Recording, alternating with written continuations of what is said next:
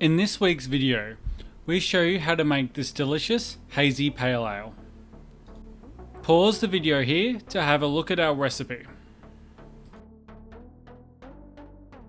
Good morning everyone. So we're going to start with our water filtration. The simple setup that we have is a charcoal filter, and then we've got silicone tubing on both sides. So we're going to fill up our Brewzilla to 17 litres, and then we've got our sparge tank. We're going to fill that up to about 18 litres.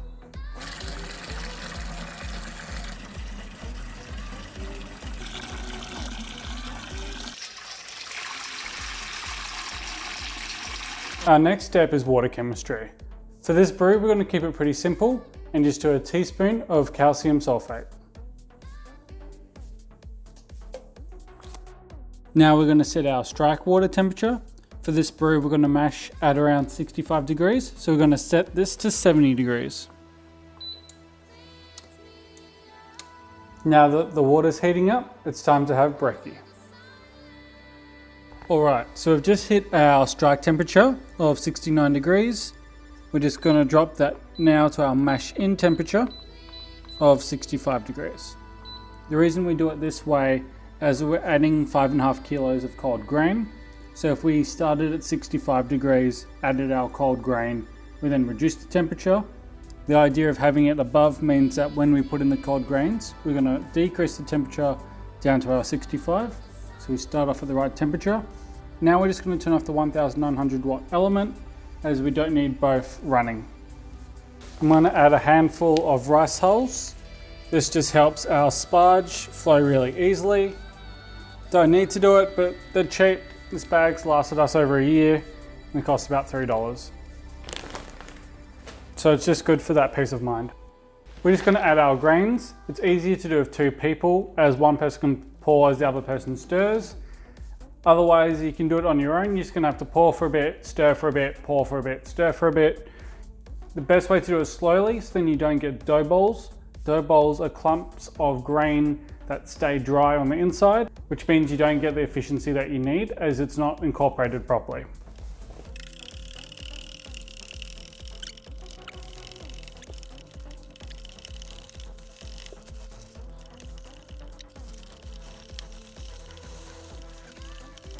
Just going to wash the sides down now.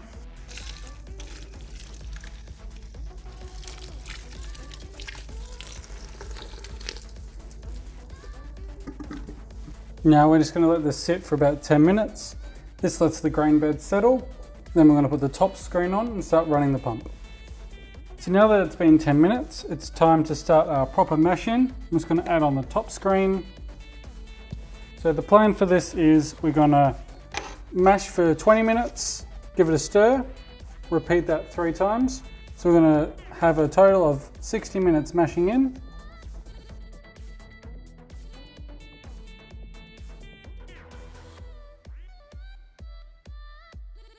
So generally I aim for about an inch above the top screen. The little handles on the top screen make it really easy. I kind of aim for just above those. So at the moment it's flowing really quickly. I'm just going to up that speed. Alright, I'll see you in 20 minutes when it's time for our first stir. So it's been 20 minutes, and as you can see we've got a nice colour coming through. Now it's time for our first stir. So we're just going to turn that pump off, grab the trusty mashing paddle. So we're just going to give this a really good stir.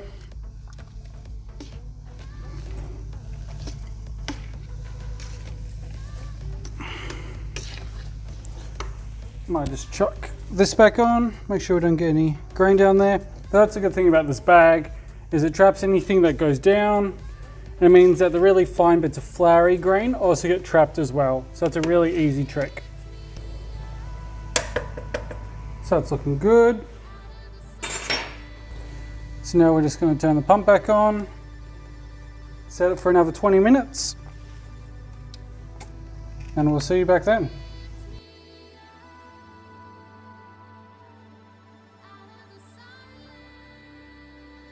So it's been 1 hour and now it's time to mash out. To do this, we're going to raise our temperature to 77 degrees and turn on both elements. For our sparge water, we heat it up in this Big W stock pot. It's 19 litres and costs about $20, so it's definitely the easiest way to heat up your sparge water compared to something like the Digiboil, which is only a little bit larger but is $200 more. So I've just got a simple temperature gauge here. We're at our 80 degrees, which is our sparge water temperature. So now we're going to bring it over and start putting it in. Now that it's been at the mash out temperature of 77 degrees for 10 minutes, it's time to pull this out and start sparging. So we're just sparging 1 litre at a time, until the total volume is 29 litres. So we're finished sparging and we're just ready to boil now.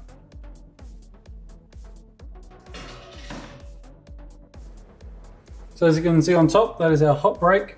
So I'm just going to stir that in.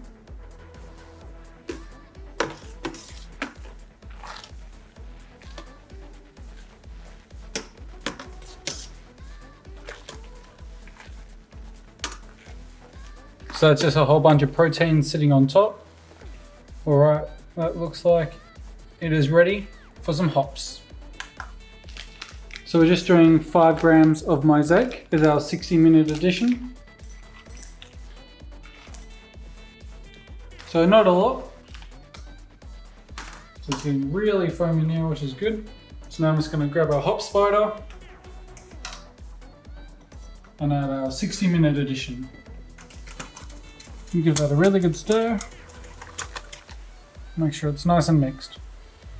Another easy trick I like to do is put the strainer on top of the hop spider and get the pump going through that. And that just captures any grains that have come through and escaped our bag, escaped everything else, and are sitting on the bottom. And as you can see, there's always a little bit.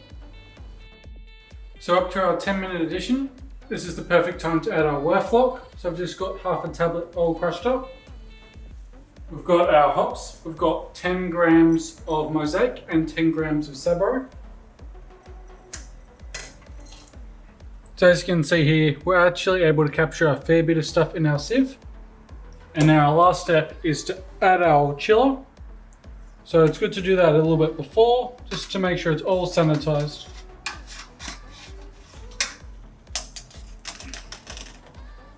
So wait the final 10 minutes, and then we're going to set it up for our whirlpool. So we've just done our 60-minute boil. Now we're going to set it down to 80 degrees because that's our hop stand temperature.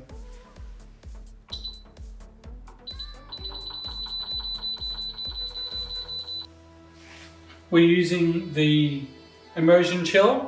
So this is a simple chiller. We've got our tap hose that puts the groundwater down to the bottom, feeds up to the top, and then it runs out into the garden.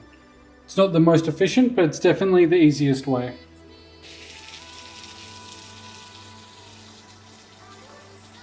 So I've just hit our 80-degree hop stand temperature.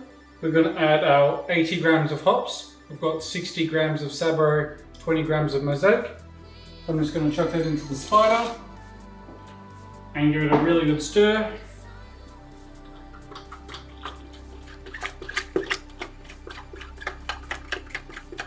Alright, so we're going to let this sit at 80 degrees for 20 minutes and then it's ready to be chilled down. So our 20-minute hop stand is up, so now it's time to cool down our wort. We're pitching our yeast at 30 degrees today as we're using Kveik yeast, so it shouldn't take too long to cool down, so let's get going. Whilst it's cooling, I'm going to go clean our fermenter. Now I'm just cleaning my Fermzilla with some PBW. Then I rinsed it with water and added some sanitizer.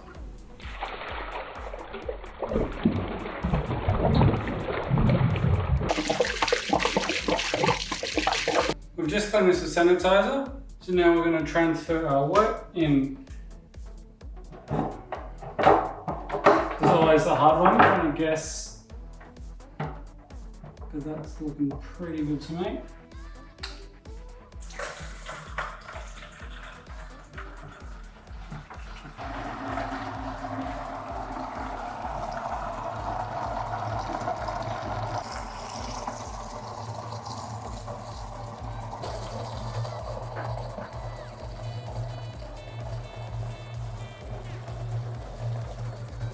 So we're going to add some Kveik ale yeast.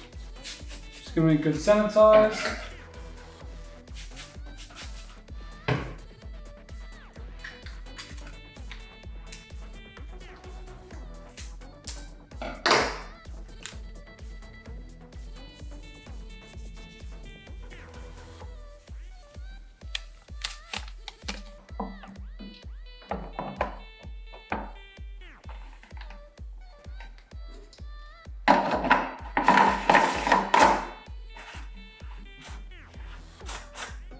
It was nice and tight. So we're going to do a bit of a janky setup for our sort of heating, keeping this at the right temperature. So I'll show you that to you now. We've just got our Inkbird temperature probe. I'm going to chuck that on over the top.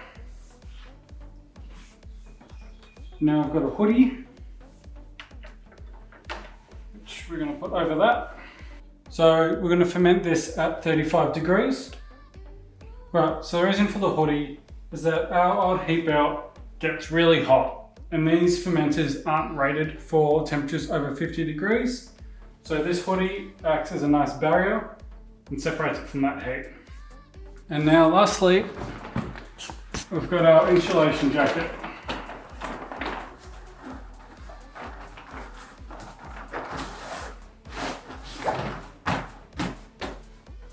And there we have it.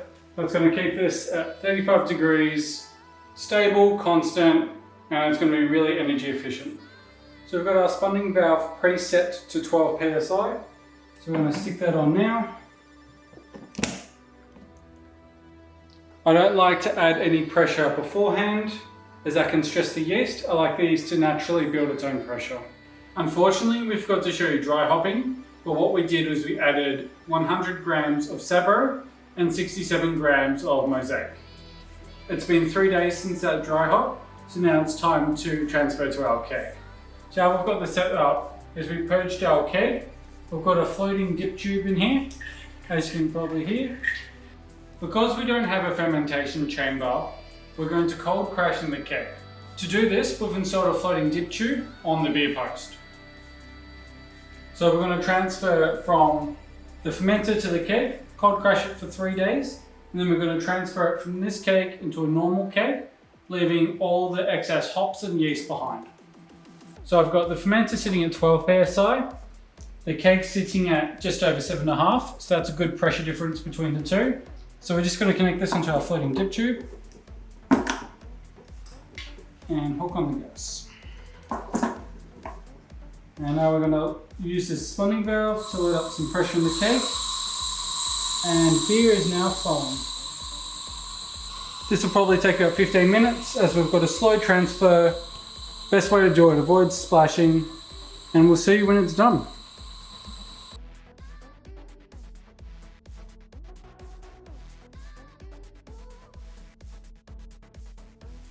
So the beer's been in the keg for 2 weeks. We've been trying it sporadically every 3 days just to see how the beer has been tasting.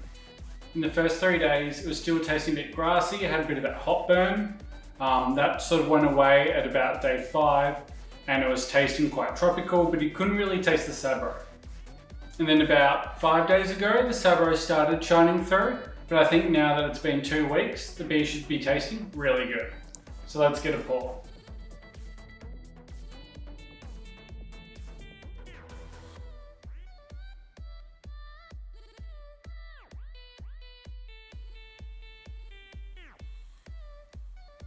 So I'm really happy with this colour. It's got that nice straw, sort of golden haze, perfect for the style. It's got that nice fluffy head. As you can see, the head retention is consistent. It's looking good. Now let's give it a taste.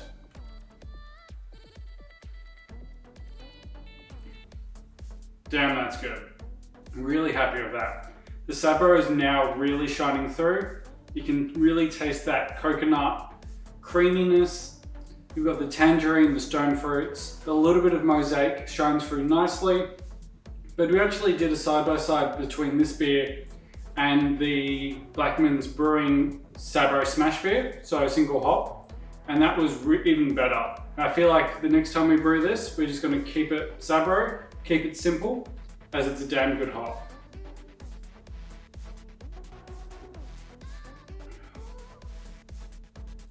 just so good. And the best thing about this, it's only about 5%, means that it's really easy to drink in summer. You can have a couple of them. It's not like those sort of big hazy IPAs where they're 8%, 10%. You have one or two and that's your night. With this, you can just keep on drinking. It's just so damn good. So I hope you enjoyed our first beer video. We're going to do quite a few more of these as we keep on brewing different styles, and we enjoy taking you guys along with us. So I hope you enjoy it. Please let me know what you'd like to see in future beer videos. Would you like to see us do reviews? We're open to really anything.